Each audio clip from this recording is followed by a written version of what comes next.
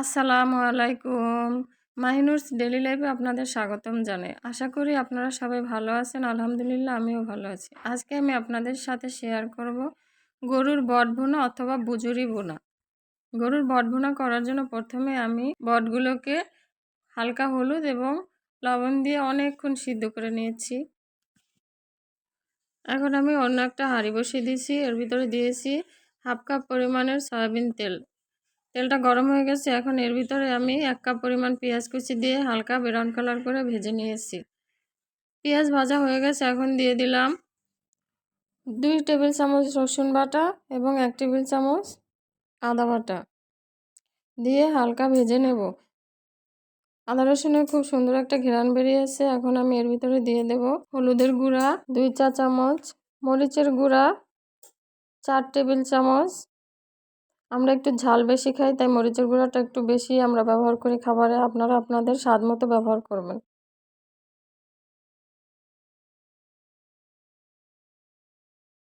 এখন দিয়ে দেব গরম মশলার গুঁড়া 2 চা চামচ দিয়ে হালকা একটু ভেজে নেব।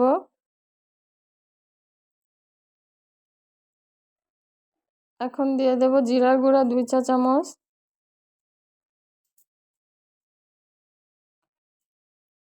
দিয়ে দেব স্বাদ মতো লবণ। এবার দিয়ে দেব সামান্য একটু পানি মশলাটাকে ভালোভাবে কষানোর জন্য। এবার নেড়েচেড়ে মশলাটাকে ভালোভাবে কষিয়ে নেব।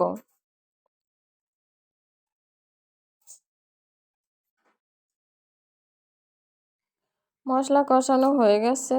এখন সিদ্ধ করে রাখা বটগুলোকে কষানো মশলার ভিতরে দিয়ে ভালোভাবে নেড়েচেড়ে অনেকক্ষণ রান্না করব।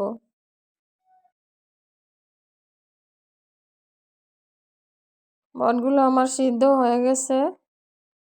এটা আপনারা এভাবে ভুনা ভুনাও খেতে পারেন অথবা এটাকে আবার ভাজা ভাজা করেও খেতে পারেন, আপনাদের যার যেরকম খুশি।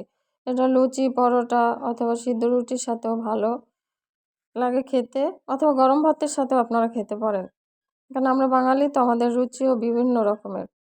সবাই সুস্থ থাকবেন, ভালো থাকবেন। ভালো লাগলে আমার রেসিপিটা আপনারা ট্রাই করতে পারেন। আসসালামু আলাইকুম।